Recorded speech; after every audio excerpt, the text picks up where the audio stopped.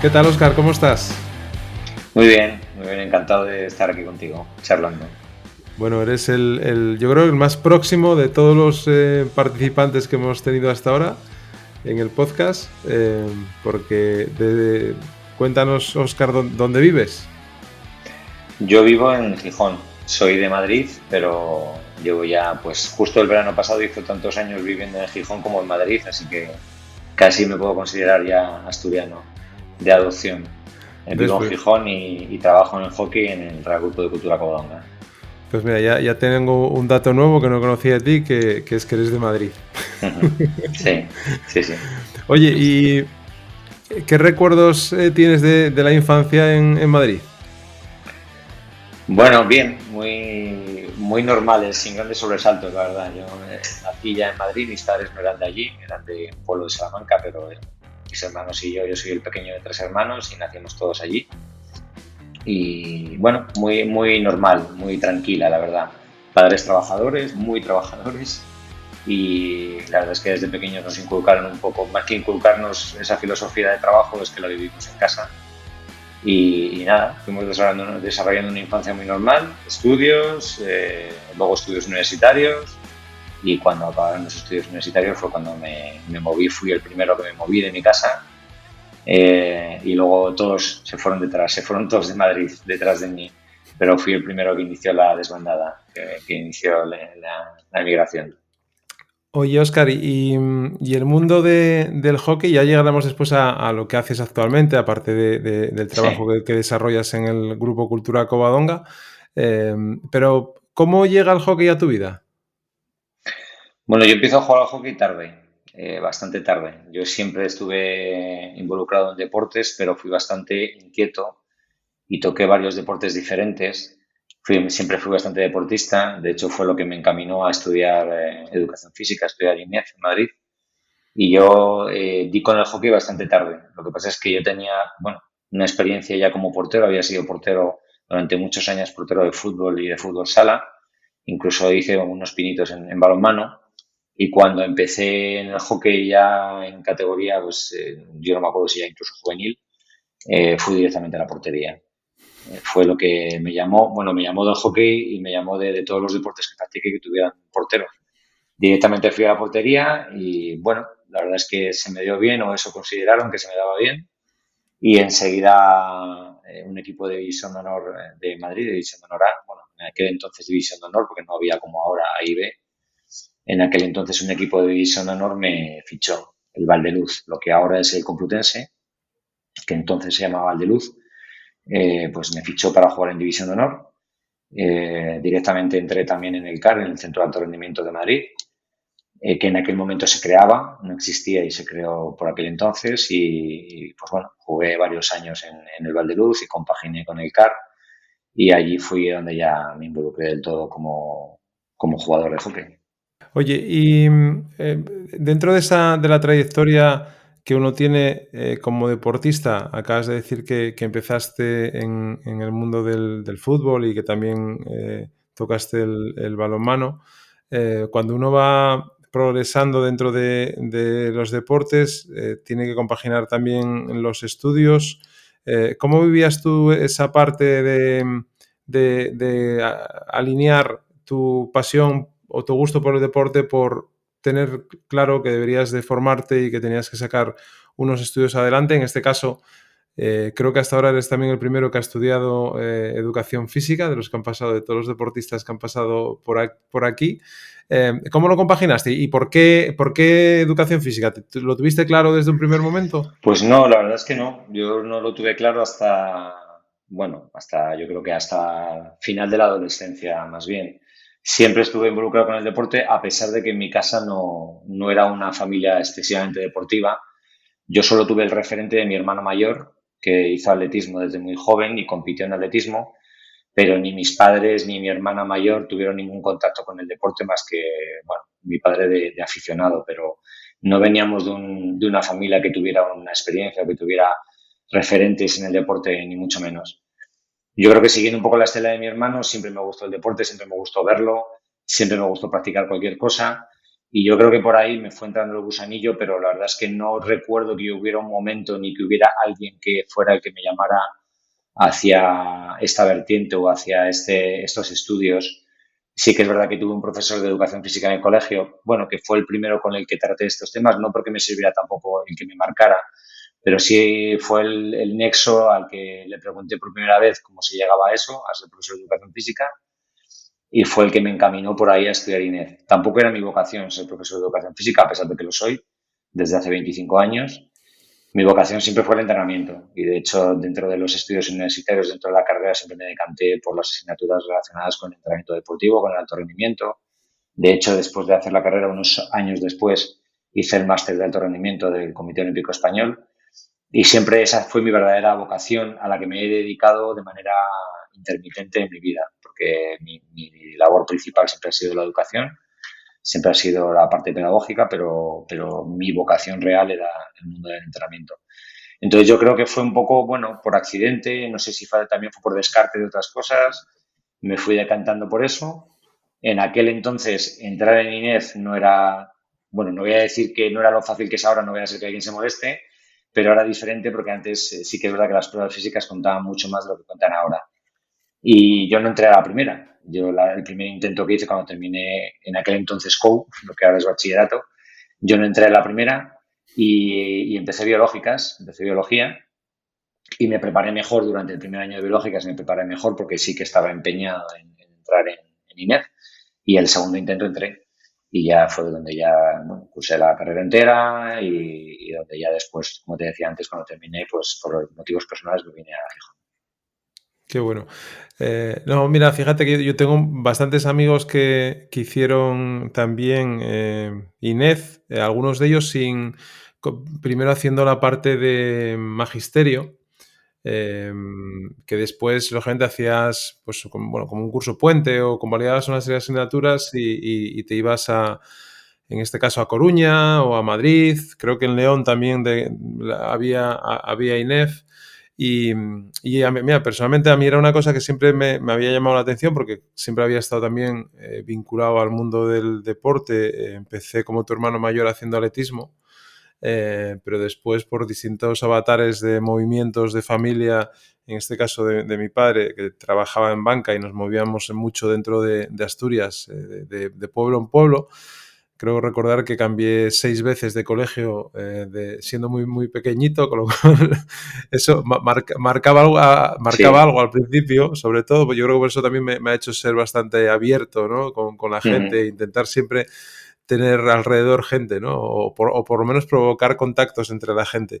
Y a mí me gustaba Inés, lo que pasa es que cuando estaba jugando al fútbol en el Oviedo, en Asturias no había, tenías que hacer magisterio o ya te digo, o buscarte o salirte fuera, ¿no? de Asturias. Y por aquel entonces, pues mira, no me decanté por ello, me decanté por geografía e historia, que fíjate tú lo diferente que es, porque Sí. también había otras cosas que me llamaban la atención, como la comunicación audiovisual o el periodismo, que tampoco las había en Asturias.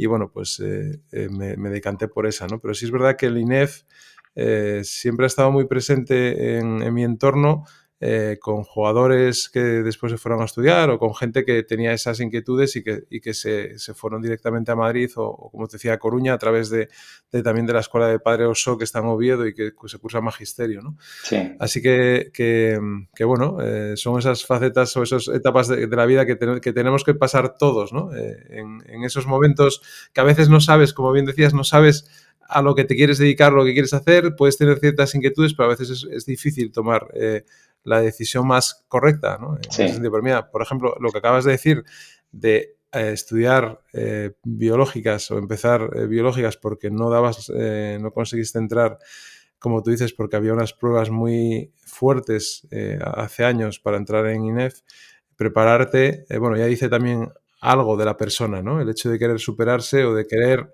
buscar lo que realmente en ese momento te gustaba, ¿no? Oye, Óscar, y la parte del CAR, esa parte que decías de cuando entrenabas, si llega el momento te dan la oportunidad de estar en un centro de alto rendimiento como deportista, ¿cómo se vive? Sí, yo creo que fue cuando estaba en segundo de INEF, me parece, se creó por primera vez el CAR en Madrid, el CAR masculino. Ya existía el CAR femenino en cuanto a hockey, ya había chicas allí viviendo en la residencia Joaquín Blume, que era donde la residencia de deportistas de alto rendimiento, pero no había, por parte masculina todavía no existía el CAR, y en aquel momento se creó.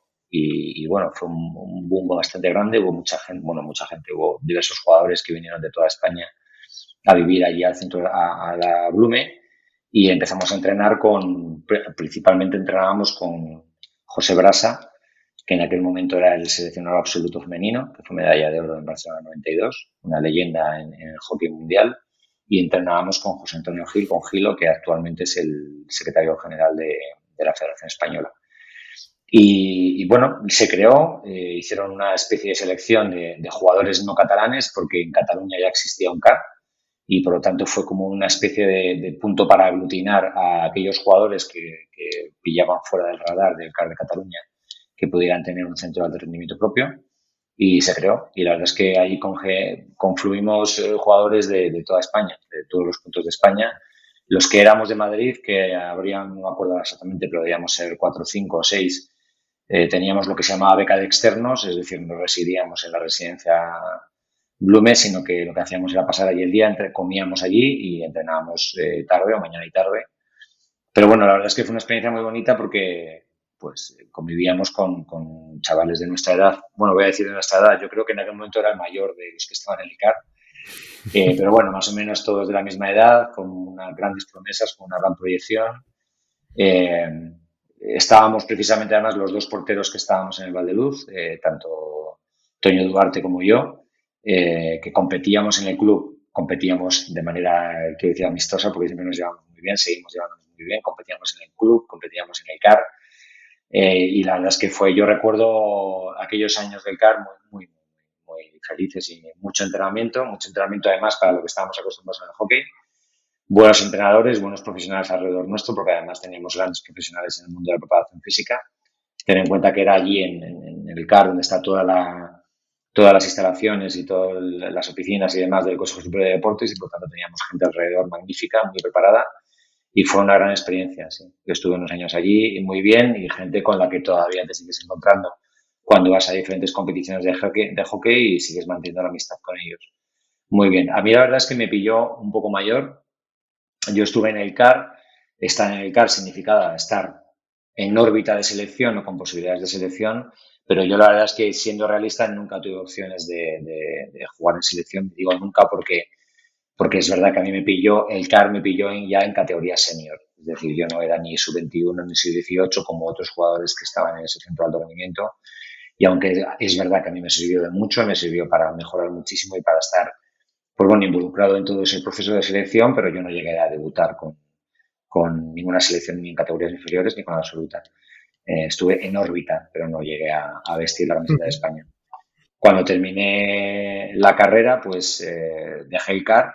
Inmediatamente después de dejar el CAR ya empecé a trabajar como preparador físico en el CAR. La Federación Española me ofreció ser el preparador físico del CAR, y estuve ahí trabajando con los mismos jugadores que habían estado como compañeros. Pues estuve dirigiéndoles la preparación física un año durante una temporada, que fue lo que duré allí en Madrid hasta que me vine a Gijón.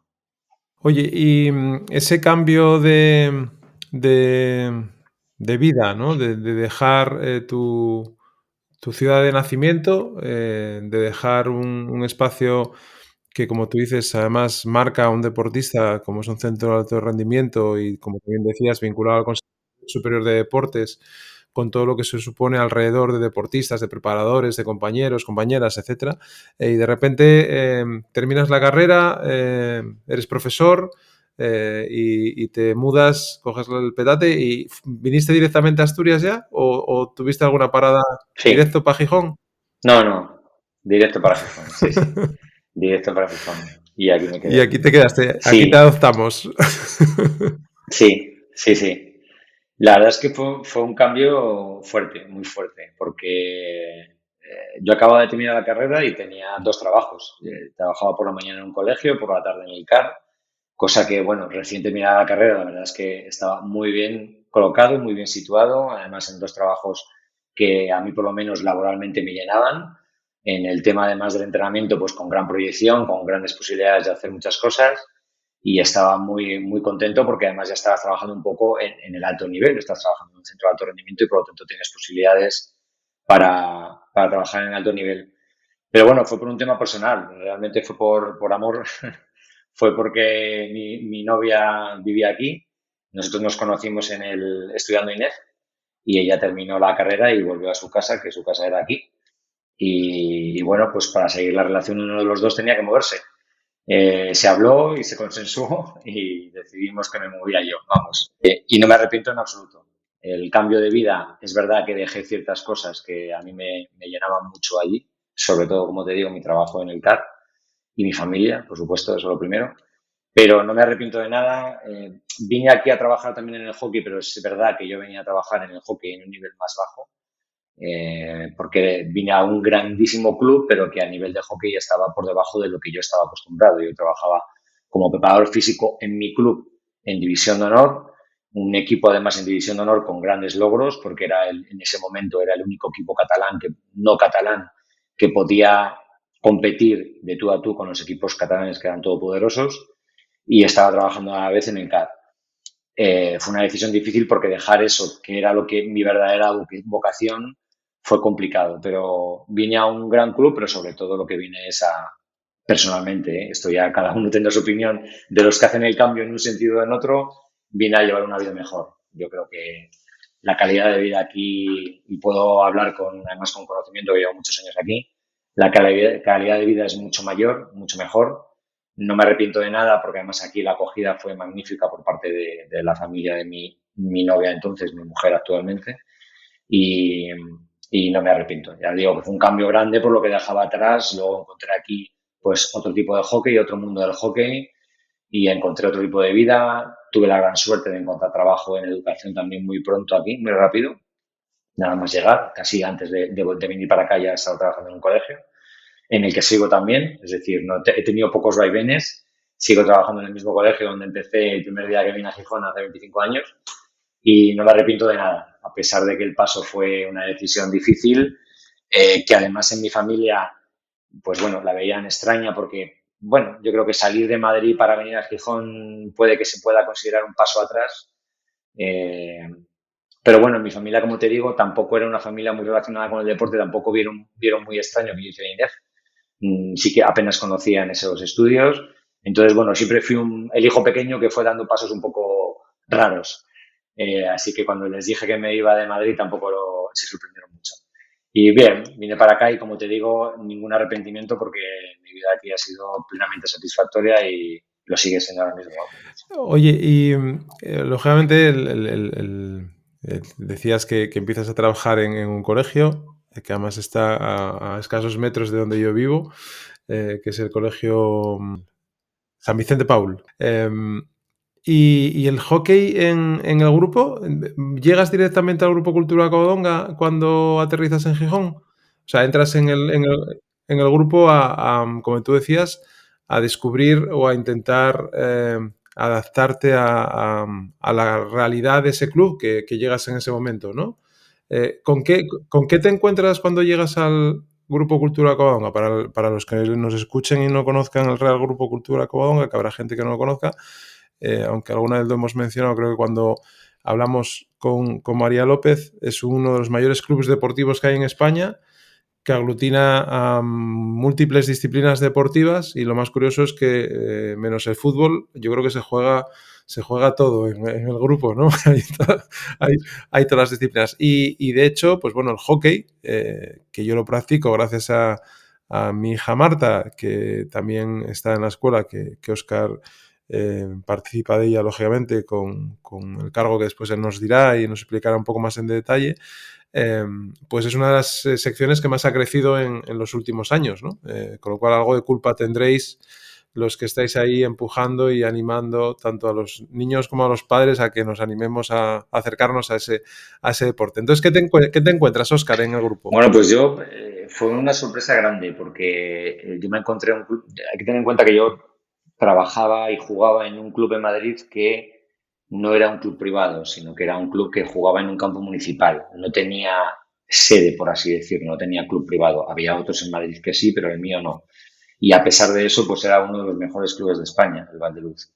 Y llegué a un club que a mí me pareció pues, inmenso, ingente, o sea, me pareció una barbaridad, no lo conocía, nunca había pasado por aquí, conocía muchos clubes privados en España porque el hockey es un deporte principalmente de clubes privados, cada vez menos, pero bueno, se basa sobre todo en clubes privados y me encontré con un club que superó todas mis expectativas como club.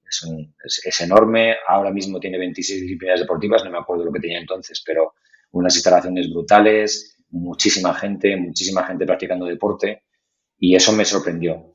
A nivel de hockey me encontré con muy buena gente, me encontré con un nivel de hockey muy por debajo de lo que yo estaba acostumbrado, tanto a nivel de juego como a nivel de entrenamiento también, como a nivel de métodos de entrenamiento o de calidad de entrenamiento, pero bueno, eso en realidad no me sorprendió porque viendo dónde jugaba el grupo, en qué división, pues era una cosa que más o menos me esperaba. Y yo vine directamente, sí, a jugar en el grupo, fichado por el grupo, aprovechando que me venía a vivir a Gijón, pues el grupo Covadonga me ofreció jugar con ellos y entré a jugar de portero con el primer equipo. Coincidió además que esa primera temporada tuvimos una temporada magnífica, no lo digo porque yo estuviera, por Dios, ni mucho menos, fue porque la verdad es que había una generación de jugadores muy buena que ya había tenido buenos éxitos en categorías anteriores, en categorías inferiores, y juntamos ahí la verdad es que una generación de jugadores que ese año precisamente pues fue, creo, si no me equivoco, la primera vez que el Grupo Covadonga se clasificó para jugar la Copa del Rey. Antiguamente para jugar la Copa del Rey era como en fútbol, los equipos de categorías inferiores de primera tenían que jugar antes una previa con equipos de División de Honor, tuvimos que ir a jugar contra el Junior en División de Honor y les ganamos en su casa, fue una cosa un poco épica para lo que era el Grupo Covadonga y fuimos a jugar una Copa del Rey que para nosotros era pues no podíamos ni soñar con ello. Mi adaptación fue muy fácil porque la gente aquí lo hizo muy fácil y estuve muy a gusto. Como cosa, no puedo decir negativa, ni mucho menos, no fue negativo porque fue una decisión mía, pero jugué poco tiempo porque cuando yo llevaba un año aquí me ofrecieron dirigir el primer equipo.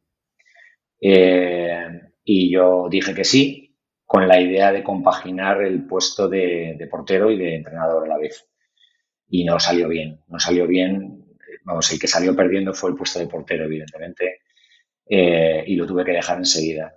Fue cuando dejé de jugar y me arrepiento de haber dejado de jugar tan pronto, porque dejé de jugar con, no recuerdo muy bien, pero creo que fue con 25 años, porque ya cogía el primer equipo, me hice cargo del primer equipo. Entonces, no digo que sea negativo, porque fue una experiencia también magnífica entrenar al primer equipo del club con todo el apoyo del club.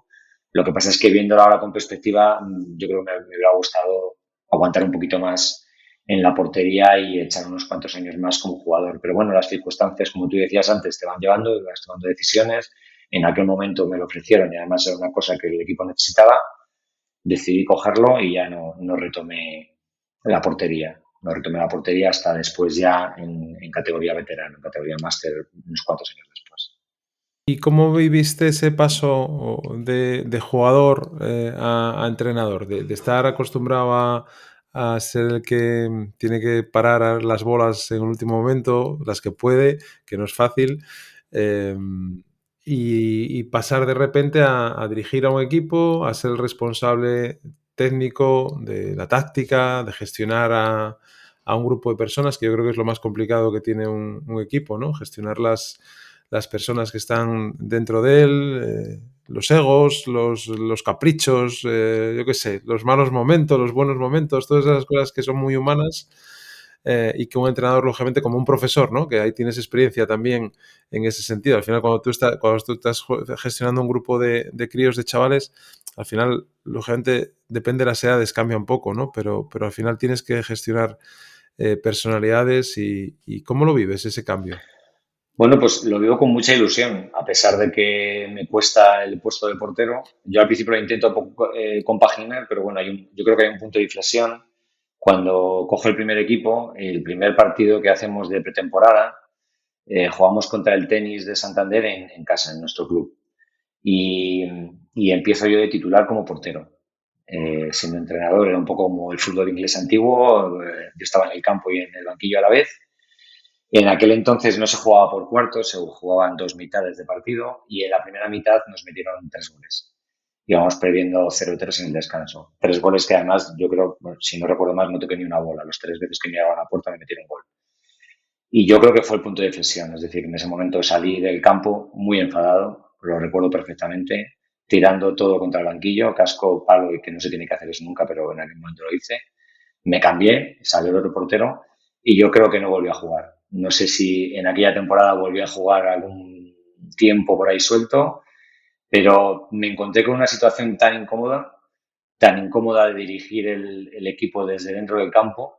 Me sentí tan mal intentando hacer esa labor que decir, yo creo que fue un momento, quizá fue muy drástico o mi decisión fue muy blanco-negro, pero en aquel momento decidí que no se podía hacer así.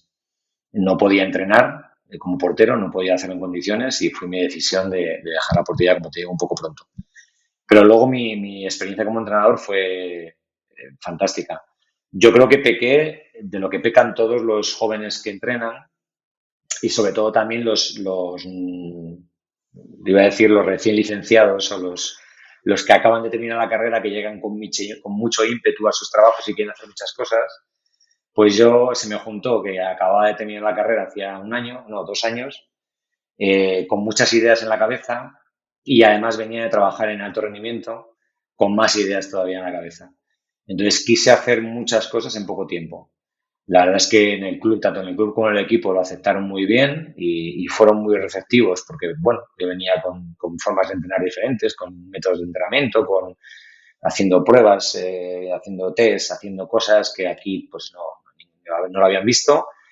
Aguantaron bastante bien, pero yo creo que quise revolucionar mucho en poco tiempo. Viéndolo con perspectiva, yo creo que hay que tomarse las cosas con más calma y los cambios con más calma, pero también eso yo creo que te lo da la experiencia de la edad, verlo de esa manera. En aquel momento no guardo un mal recuerdo de eso, todo lo contrario, guardo un recuerdo fantástico de los años que estuve entrenando al primer equipo pero bueno, yo creo que tenía que haberlo hecho un poquito más despacio, pero bien, bien, muy bien. Estuve con el primer equipo, fantástico, con jugadores que ahora son entrenadores en el grupo, jugadores que ahora están jugando en el segundo equipo del grupo, en veteranos. Bueno, pues la que sigo teniendo contacto con ellos y que es fantástico. Al cabo de unos años con el primer equipo dejé de entrenar y dejé el hockey, pero bueno, fue por motivos laborales porque en el colegio pues cogí otros cargos directivos dentro de mi colegio que me llevaban muchísimo tiempo y tuve que al final decantarme y dejé el hockey. Estuve unos años alejados del hockey y luego volví otra vez, ya solo como entrenador, claro. ¿Y, y vuelves a la escuela o del grupo también o hay algún otro paso de entrenador Sí, previo? no, no, hay un paso previo, sí, hay un paso previo. El actual responsable de la sección, que es Rafael Rodríguez, pues yo creo que cada año venía a hablar conmigo, cada verano venía a hablar conmigo para volver a meterme el gusanillo en el cuerpo para que volviera a entrenar. Yo siempre lo rechazaba, pero lo rechazaba principalmente por la carga de trabajo que tenía en mi trabajo en el colegio. Y al final, pues bueno, caí en la trampa, volví a lo que más me apasiona, yo creo que a lo que es mi verdadera vocación, o por lo menos la que he encontrado, que es entrenar porteros. Entonces, los porteros del grupo en aquel momento no había nadie que se ocupara de ellos, me refiero a nadie que se ocupara de ellos específicamente. Entonces volví a entrenar a los porteros. Primero empecé el primer año con los porteros mayores, yo creo que los porteros y porteras del primer equipo, y luego a partir del segundo año ya fui cogiendo hacia abajo a todos los demás. Y cuando llevaba unos años entrenando a porteros, pues me ofreció la posibilidad, el responsable de sección me ofreció la posibilidad de coordinar la escuela. La escuela en nuestro club es desde los 6 años, bueno, 6, llegamos a tener niños de 4 años, desde los 4 años hasta los 12, hasta el final de categoría Levin es lo que nosotros llamamos en escuela. Lo explico porque en otros clubes de España no es así, la escuela en otros clubes llega hasta juveniles. Y se me ofreció la posibilidad de coordinar la escuela, de darle un poco de orden, de programación, de estructura, que estaba un poquito, no voy a decir abandonada, ni mucho menos, pero sí que estaba desatendida. Entonces empecé un trabajo ahí un poquito de cero y es en lo que llevo ahora mismo, he hecho la 7ª temporada, 7 años coordinando la escuela, a la vez que sigo con los porteros, que insisto que es mi verdadera pasión. Lo de la escuela, por supuesto, también me encanta, pero el tema de los porteros es lo que más me llena. Sí, además tienes, vinculado a eso, tienes un proyecto que se llama Ponte las Guardas, ¿no?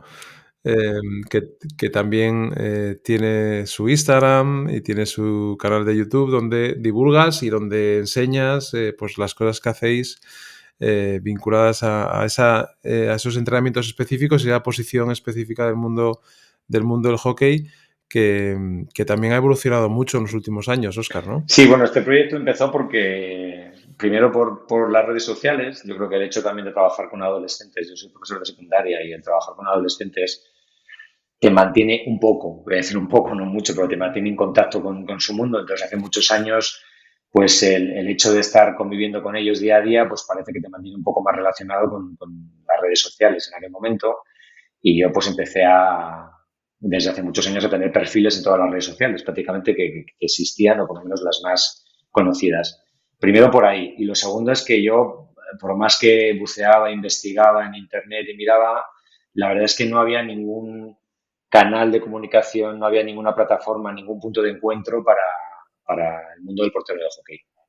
Había algunos vídeos sueltos en YouTube, pero no había un sitio donde se aglutinara o se unificara un poco ese mundo y di el paso. La verdad es que con el único objetivo de que fuera un punto de encuentro donde dar información de manera totalmente altruista, de compartir, no quiero decir mis conocimientos, pero sí mis opiniones y tener un sitio donde poder volcarlas y que la gente las tuviera ahí para estar a favor, en contra, para aprender, desaprender o lo que fuera. Y empecé primero con una página web, un canal de YouTube y luego ya se fue añadiendo, pues bueno, Facebook, Instagram, Twitter.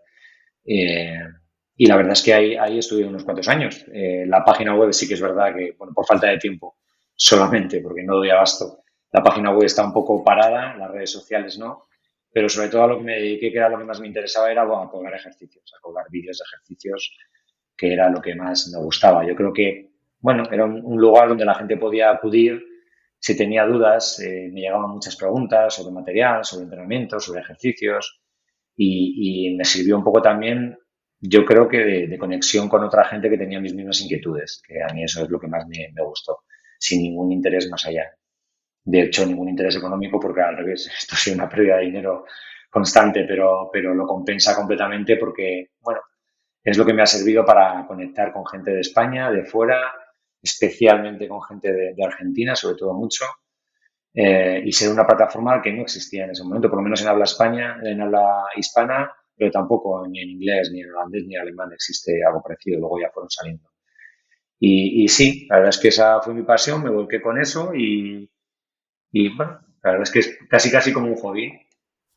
Sí, al final es como esto que estamos haciendo ahora, ¿no? El intentar em, dar a conocer a toda esa gente que está ahí detrás, porque tú me decías, oye, es que no, voy a ser, de todos los que has entrevistado, ¿no? Que tienen esas trayectorias internacionales, bueno, al final cada uno tiene su historia, ¿no? Y yo creo que en su momento, en su situación personal, en las vivencias que tenemos cada uno, no es más el que haya sido más veces internacional, digo en este deporte, ni en cualquier otro, sino que hay mucha gente que está detrás que para que uno consiga ser internacional o ser más conocido, hay muchos que están detrás que lo primero se quedan en el camino porque lógicamente al final llegan los que llegan porque es un tema estadístico, es decir, si hay X equipos y X fichas y X profesionales, pues no pueden llegar todos los que tienen ficha, ¿no? En ese deporte. Es algo que se va haciendo de manera natural, pero en ese proceso, lógicamente participan muchas personas, participan compañeros que te ayudan en momentos en los que estás jodido a superarte o a estar mejor. Te ayuda pues el que está dándole al riego del campo para que el campo esté perfecto. Te ayuda el médico si tienes la posibilidad de contar con uno, o el fisio, o el masajista, o un psicólogo, una psicóloga que te pueden ayudar en un momento. Cualquier persona forma parte de ese engranaje, ¿no? Yo creo que desde mi punto de vista, estos deportes que son más minoritarios, todavía más importante de todas esas personas que están detrás día a día trabajando, intentando pues que el deporte que les gusta o que practicaron o que se encontraron en el camino, como es mi caso, hacerlo crecer, ¿no? O incluso tener la posibilidad de conseguir algún recurso para ese deporte, no para uno mismo, sino para que los chicos o las chicas de base puedan tener más recursos, material, yo qué sé, llámalo como quieras. Esto empieza pues como una manera de acercarse al deporte y de intentar aglutinar a una comunidad que, como tú bien dices, se hace, no sé cuándo empezaste el proyecto de Ponte las Guardas, ¿10 años? Pues si te digo la verdad no lo sé, pero sí, puede ser por ahí más o menos, sí. Pues si en aquella no había, ahora hay algo más, pero si te pones a investigar, bueno, hay algún deportista que está haciendo cosas chulas, algún deportista vinculado al mundo del hockey, alguna marca que también, lógicamente, se están haciendo cosas chulas, pero tampoco es que haya mucho a nivel mundial. Entonces, bueno, pues ahí hay una oportunidad de aglutinar a esa comunidad que, como vengo diciendo en todos los podcasts, lo que te encuentras, y lo decíamos antes de empezar a grabar, la naturalidad, ¿no? Sobre todo la generosidad, la normalidad que hay en torno al deporte. Y voy a aprovechar para contar una anécdota de Óscar, que no sé si él se acordará, que conmigo, que me pasó con Sí. él. A ver lo que cuentas, a ver. Óscar es una persona que es recta, es un tío que es exigente, es exigente, es exigente. Y me acuerdo un día, el primer partido, yo creo, de los primeros partidos que yo veía de hockey que jugaba mi hija Marta, y yo, claro, vengo del mundo del fútbol, que somos un poco más impulsivos en ese sentido, y yo estaba viendo el partido, creo que era en Jolaseta, delante de una valla que hay, ¿no?, en el campo, y en un momento dado hice una indicación del juego, ¿no? Estaba, no me acuerdo, pues yo qué sé, pasaría alguien, pasaría, y yo dije, oye, pásala, ¿no? O algo, dije así, ¿no? Y Óscar se puso detrás mío. Eso sí, nadie se enteró absolutamente de lo que me dijo porque fue muy correcto y muy educado. Me dijo, oye, la próxima vez que vayas a dar un comentario, no sé lo que vino después, pero yo miré para ti y dije, no te preocupes, Óscar, que no vuelvo a decir nunca más nada. No sé si te acuerdas de esa anécdota. Sí, sí, sí vamos, me acuerdo. Sí me acuerdo que lo que pasa es que ha habido varias veces que he dicho cosas a los padres, entonces, bueno, sí, sería una más, sí, sí. Bueno, pero yo creo que está muy bien dicho, lo primero, y está muy bien cómo lo hiciste, ¿no? Porque al Espero que final... fuera correcto, que no dijera Sí, no, ninguna no, no. barbaridad ni nada. No, no, no, por eso lo cuento, porque yo creo que es una manera de también ver la manera de cómo en este deporte hay una parte, pues eso, de formación, de educación, de corrección, de que los críos sepan lo que tienen que hacer, que respeten al contrario, que respeten a los árbitros, ¿no? Que respeten a toda esa gente que está ahí, bueno, intentando hacer las cosas lo mejor que pueden y sobre todo tener respeto al colectivo que está participando, ¿no? Con lo cual, simplemente como anécdota, ¿eh?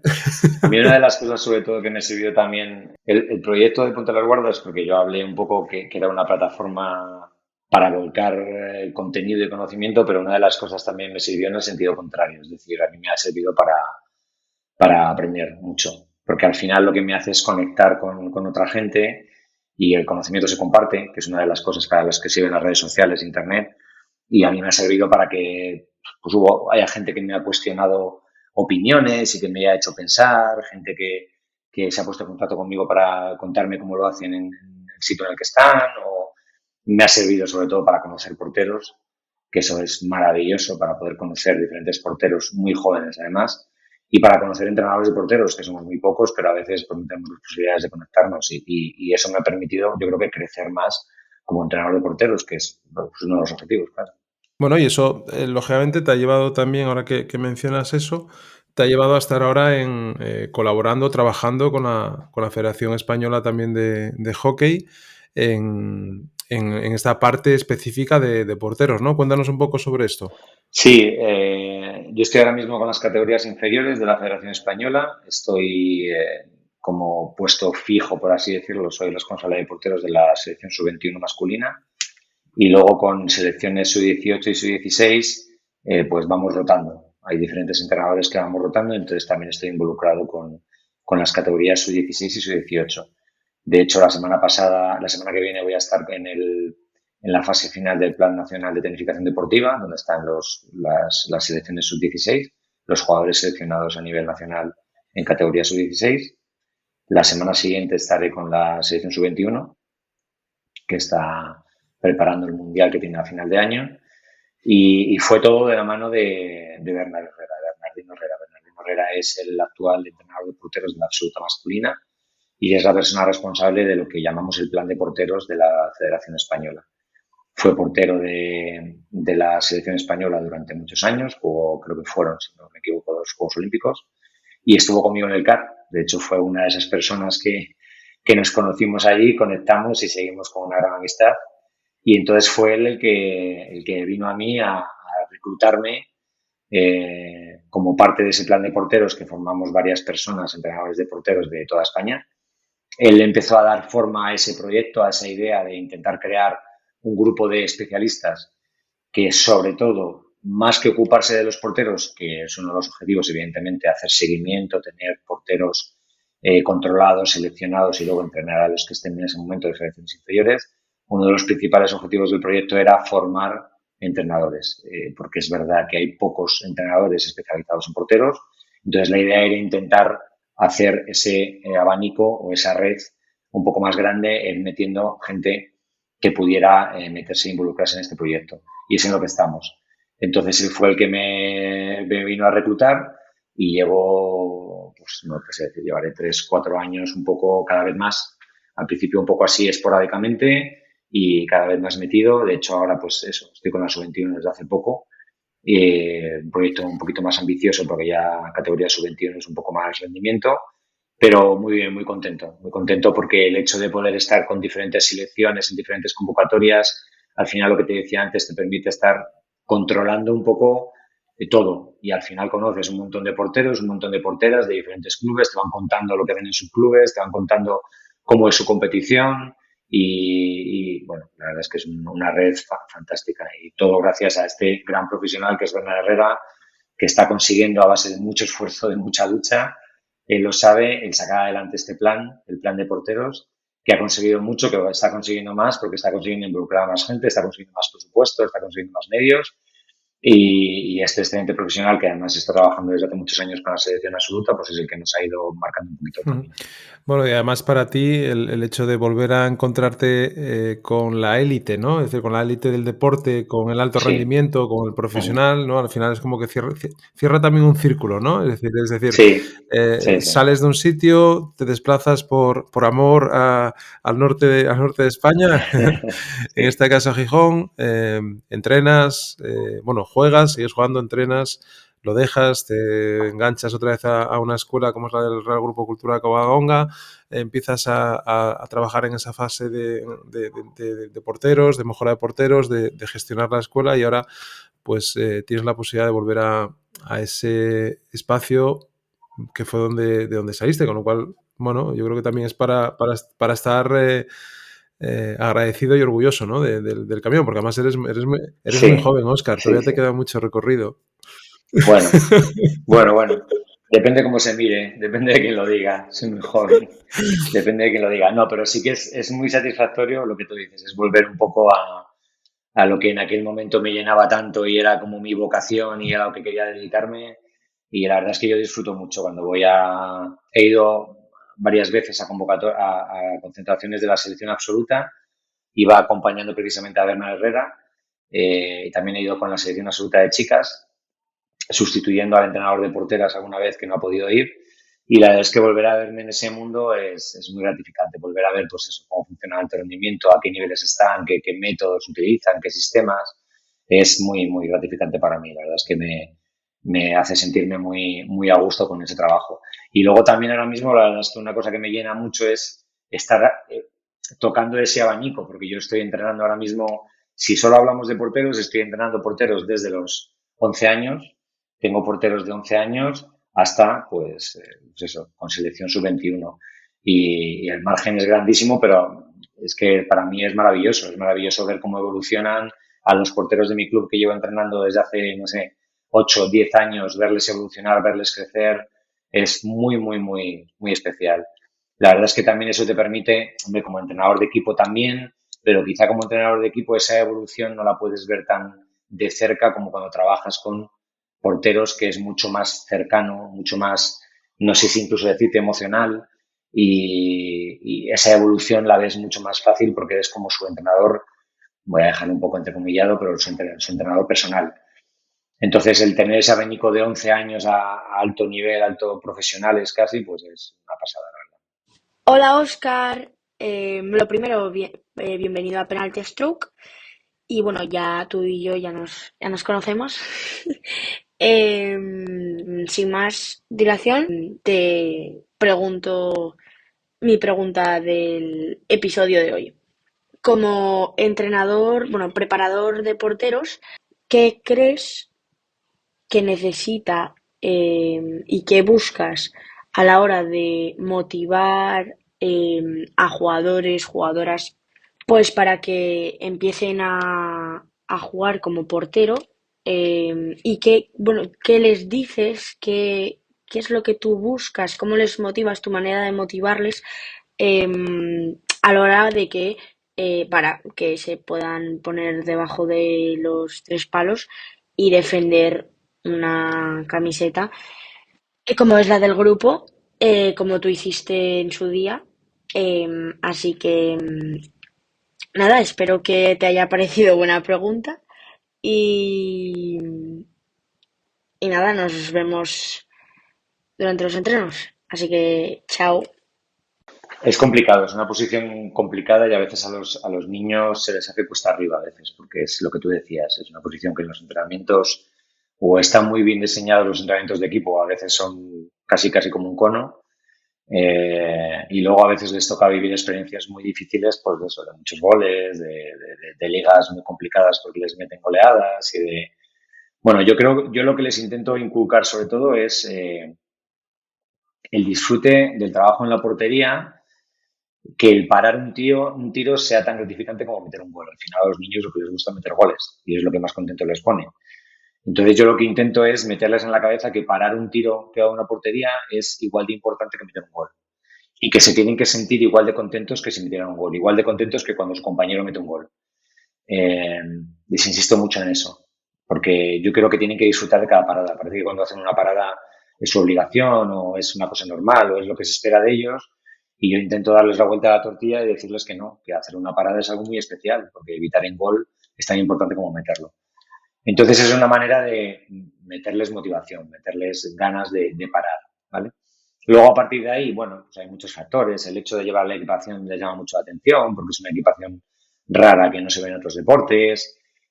Bueno, el hecho de que haya una persona atendiéndoles también, yo siempre lo digo, en los clubes es muy importante que haya una persona, aunque no sea muy especialista, pero que haya una persona atendiendo a los porteros porque los porteros con sentirse atendidos les enganchas muy, muy mucho.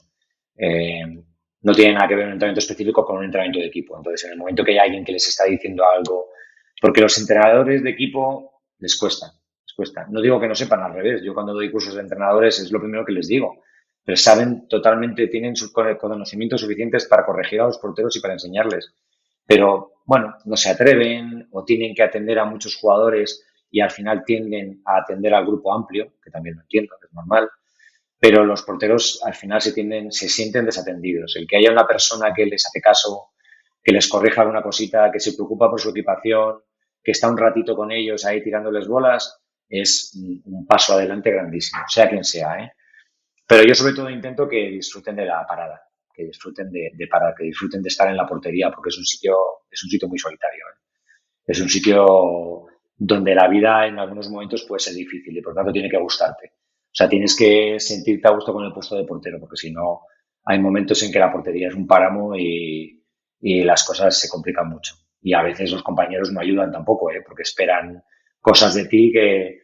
Entonces hay que hacerles fuertes de cabeza. ¿Sí? Oye, Oscar, pues muchas gracias, lo primero, porque, bueno, por tu tiempo, por dejarte engañar un poco a esta entrevista, bueno, a esta conversación, más que entrevista, a mí me gusta llamar las conversaciones porque creo que se trata de eso, ¿no? De conocer un poco más a la persona y de daros a conocer a todos esos que nos están escuchando, como tú dices, ahora ya en bastantes sitios, es curioso. La mayor audiencia la tenemos en España, pero ya tenemos audiencia en Argentina, en Chile, en México, en Estados Unidos, en Alemania, en Bélgica, en Holanda. No sé si, supongo que serán los españoles que están allí que nos escucharán, pero bueno, la idea es empezar a hacer cosas en inglés, ¿vale? Será el siguiente paso del podcast, hacer entrevistas, conversaciones con jugadores, técnicos, bueno, lo que te digo, asistentes, quien tenga una historia que contar, ahí intentaremos estar detrás de ellos y hacerlas también en inglés, porque creo que será bueno también para aglutinar esa comunidad que está ahí global, ¿no? Más allá de la española o de la hispanohablante, que también la hay.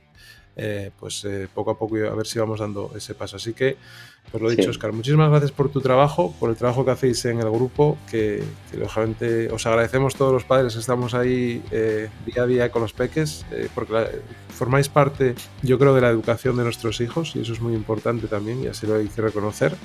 Y nada, muchos éxitos en lo que te queda mucho, ya lo sabes. Bueno, yo muchas gracias, lo primero como padre, por confiarnos a tu hija, eso es lo primero, que no es poco, y luego muchas gracias por el trabajo que haces. Yo creo que el tener plataformas relacionadas con el hockey son fantásticas para conocer más lo que tú dices, además la amplitud que le quieres dar tocando diferentes palos. Yo creo que a los aficionados al hockey, a los entrenadores, nos hace mucho bien, porque podemos escuchar otros puntos de vista y otra gente, o las historias de otra gente, y me parece un proyecto fantástico. Yo aprovecho el altavoz que supone tu podcast para decir que cuiden a los porteros allá donde estén, que los clubes que saquen porteros pequeños, que les animen, que les atiendan, que no hace falta tener mucha equipación para que un portero se sienta atendido, y que, por supuesto, a mí me tienen en las plataformas para preguntarme lo que quieran, yo todo lo que puedan ayudar, pero sobre todo que sacan porteros, que a veces somos un poco los olvidados, que sacan porteros sobre todo pequeños de edad. Vale, y agradecerte a ti la invitación, muchas gracias por lo que estás haciendo, que me parece un proyecto fantástico, que tengas mucho éxito y para lo que quieras. Muy bien, Óscar, pues un abrazo muy fuerte. Vale. Igualmente, un saludo. Adiós.